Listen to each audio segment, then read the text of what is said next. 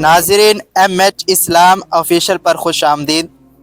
آج کی اس ویڈیو میں ہم آپ کو بتائیں گے کہ شرک کی ابتدا کب، کیسے اور کہاں سے ہوئی۔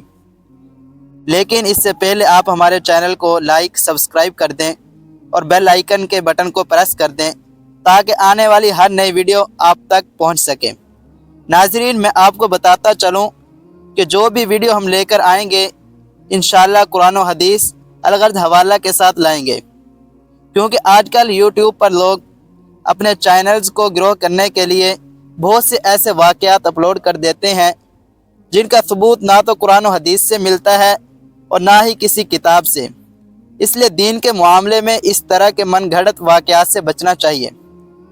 ناظرین، آئیے چلتے ہیں اپنے مقصد کی طرف۔ شرک کی ابتدا، روح کو جھنجھوڑ دینے والی ایک کہانی۔ ناظرین، کہاں سے آیا شرک؟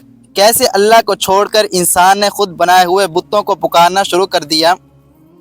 یہ صرف ایک قصہ نہیں، یہ انسان کی گمراہی کی پہلی آہٹ ہے۔ یہ ایک ایسی کہانی ہے جو ہر انسان کو جھنجھوڑ سکتی ہے اگر وہ دل سے سنے۔ اللہ تعالی نے حضرت آدم علیہ السلام کو پیدا فرمایا۔ ان کی اولاد توحید پر تھی۔ اللہ ایک ہے، اس کا کوئی شریک نہیں۔ وقت گزرتا گیا، لوگوں میں نیک لوگ پیدا ہوئے، عبادت گزار، درویش، اللہ سے محبت کرنے والے۔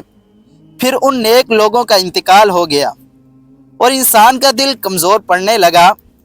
کسی نے کہا ان کی یاد میں ایک نشانی بنا لو تاکہ ہم انہیں بھول نہ جائیں۔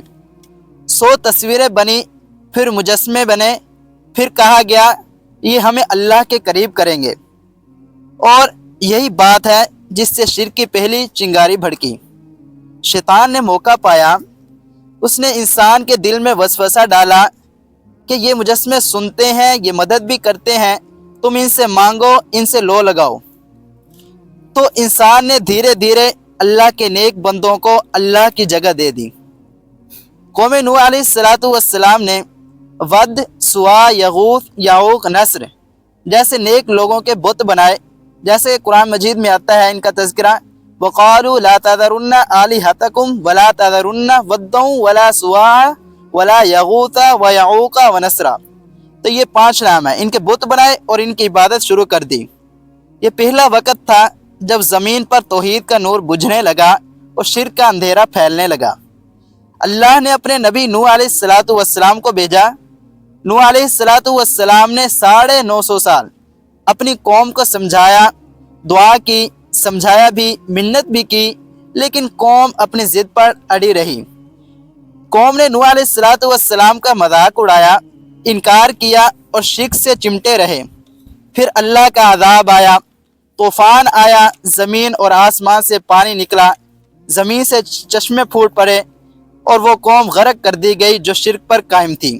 آج ہم کہتے ہیں ہم تعلیم یافتہ ہیں، مہذب ہیں، لیکن ہمارے دل بھی اسی شرک کی طرف مائل ہو رہے ہیں۔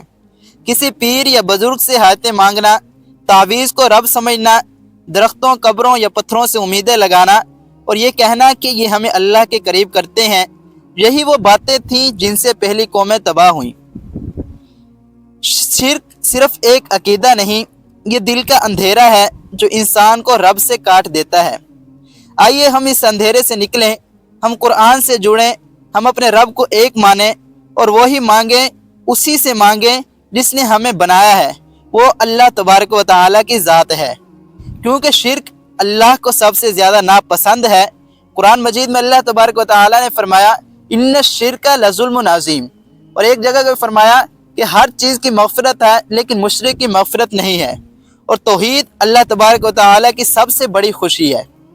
اللہ تبارک و تعالیٰ سے دعا ہے کہ میں نے جو کہا اللہ تبارک و تعالیٰ اس پر عمل کرنے کی توفیق عطا فرمائے۔ ناظرین، اگر آپ کو ہمارا یہ میسیج اچھا لگا ہو تو ہمارے چینل کو لائک، سبسکرائب کر دیں اور بیل آئیکن کے بٹن کو پریس کر دیں تاکہ ہماری ہر آنے والی نئی ویڈیو آپ کو بر وقت پہنچ سکے، اور کمنٹ میں اپنی رائے کا اظہار کر دیجئے تاکہ ہماری حوصلہ افزائی ہو سکے اور ہم زیادہ سے زیادہ اسلام کا اصل نقشہ آپ کو دکھا سکیں۔